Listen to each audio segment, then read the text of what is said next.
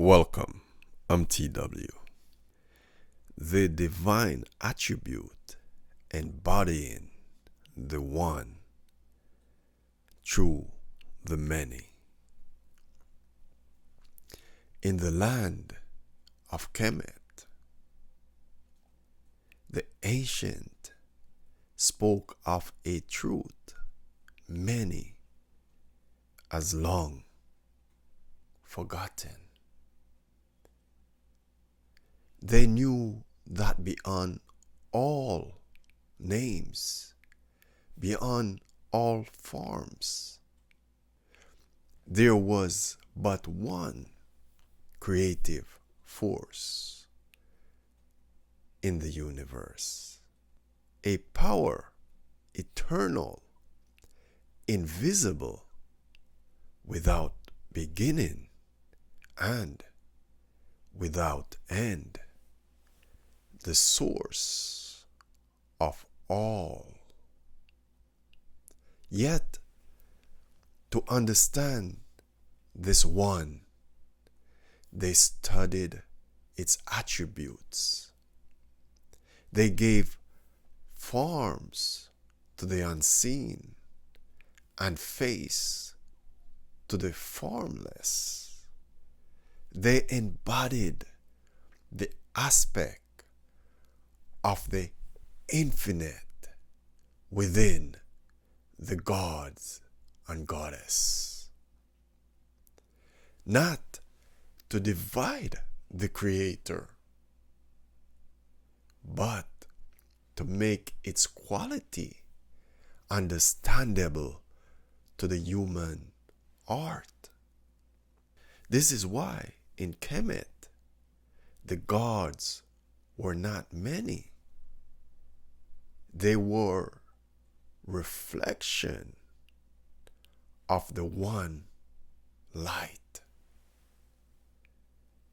Like the rays of the sun, each carrying the essence of the source, but shining in a different color, a different virtue, a different lesson for the soul. Among them, Isis stand out radiant, the great mother, the protector of her son, the loyal wife who would not let death itself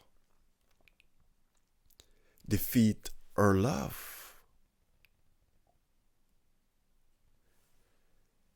When her husband Osiris was slain and torn apart, Isis was the one who gathered all the broken pieces with devotion and care.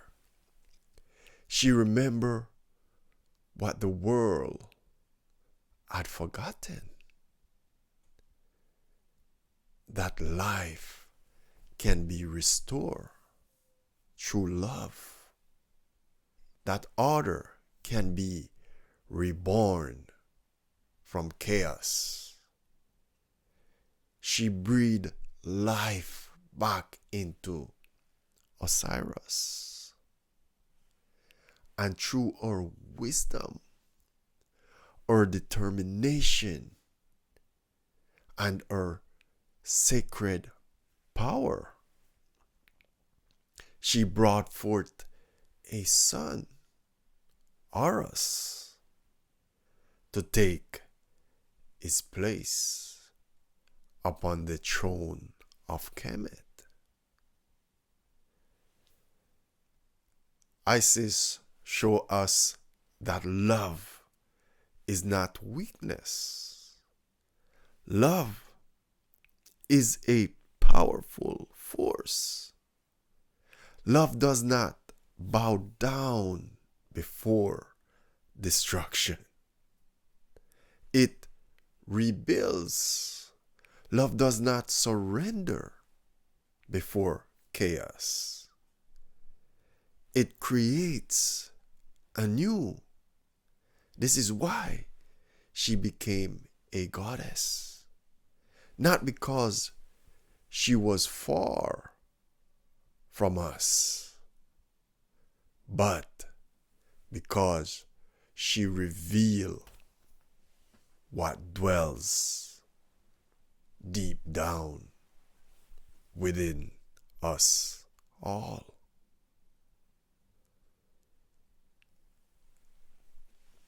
And yet, Isis is also cunning, filled with wisdom.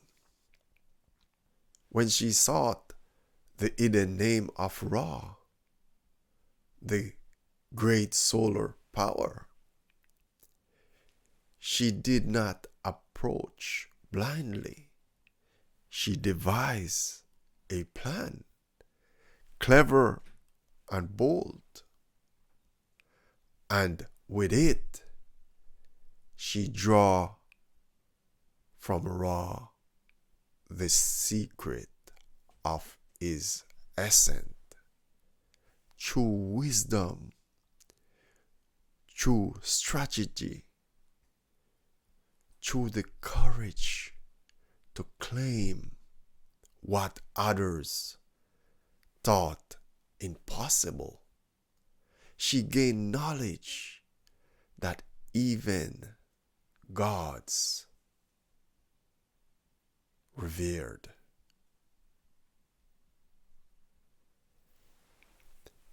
This is the teaching of Kemet.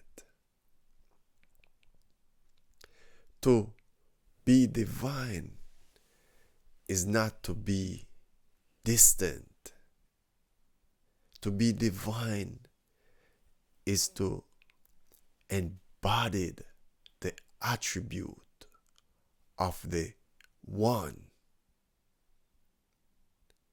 Strength in the face of adversity. Wisdom in the face of mysteries. Love in the face of loss. And courage in the face of the unknown.